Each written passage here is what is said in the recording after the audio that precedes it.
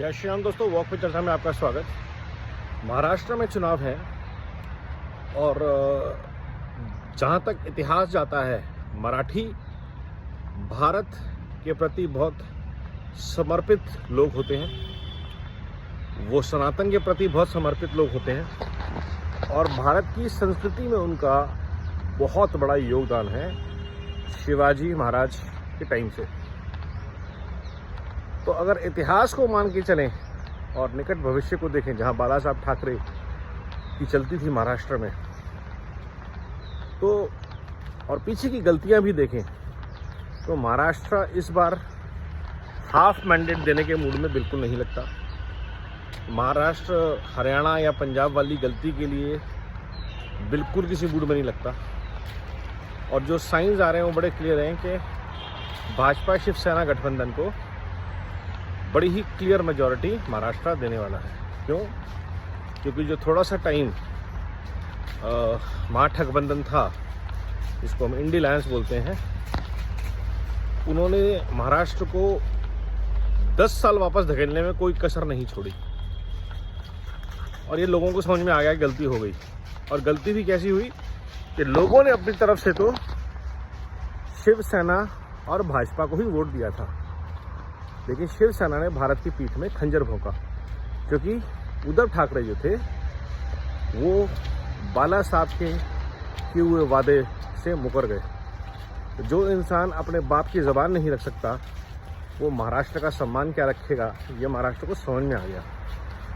तो जो ट्रेंड दिख रहे हैं उसके हिसाब से भाजपा और शिवसेना एकनाथ शिंदे जी के नेतृत्व में क्लियर मेजॉरिटी आएगी। अजीत पवार जी को भी कुछ सीटें मिलेंगी, लेकिन कांग्रेस, शरद पवार, उद्धव ठाकरे, इनका सड़ूपा पक्का साफ है इस बार।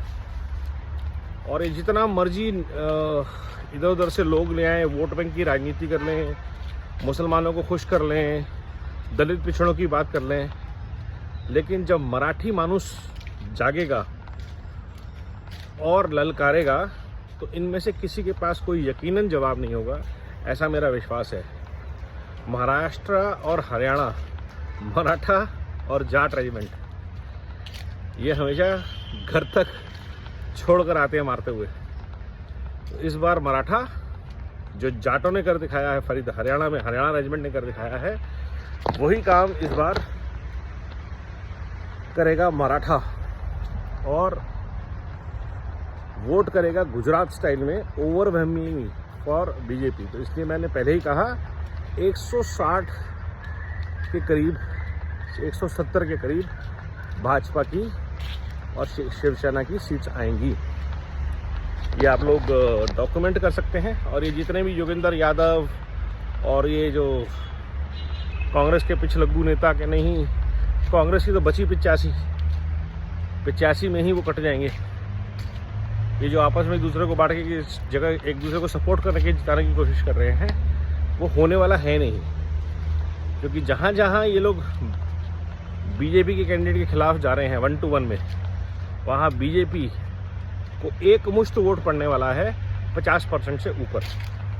शिवसेना को वोट पड़ने वाला है एक मुश्त 50% से ऊपर, क्योंकि ग्राउंड स्वेल बहुत मजबूत है। लोग प्रगति की रफ्तार के साथ आगे बढ़ना चाहते हैं। देवेंद्र फडणवीस ने बहुत अच्छा काम किए हैं।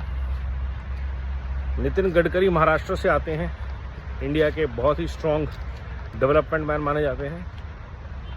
बहुत सारे कॉरपोरेट,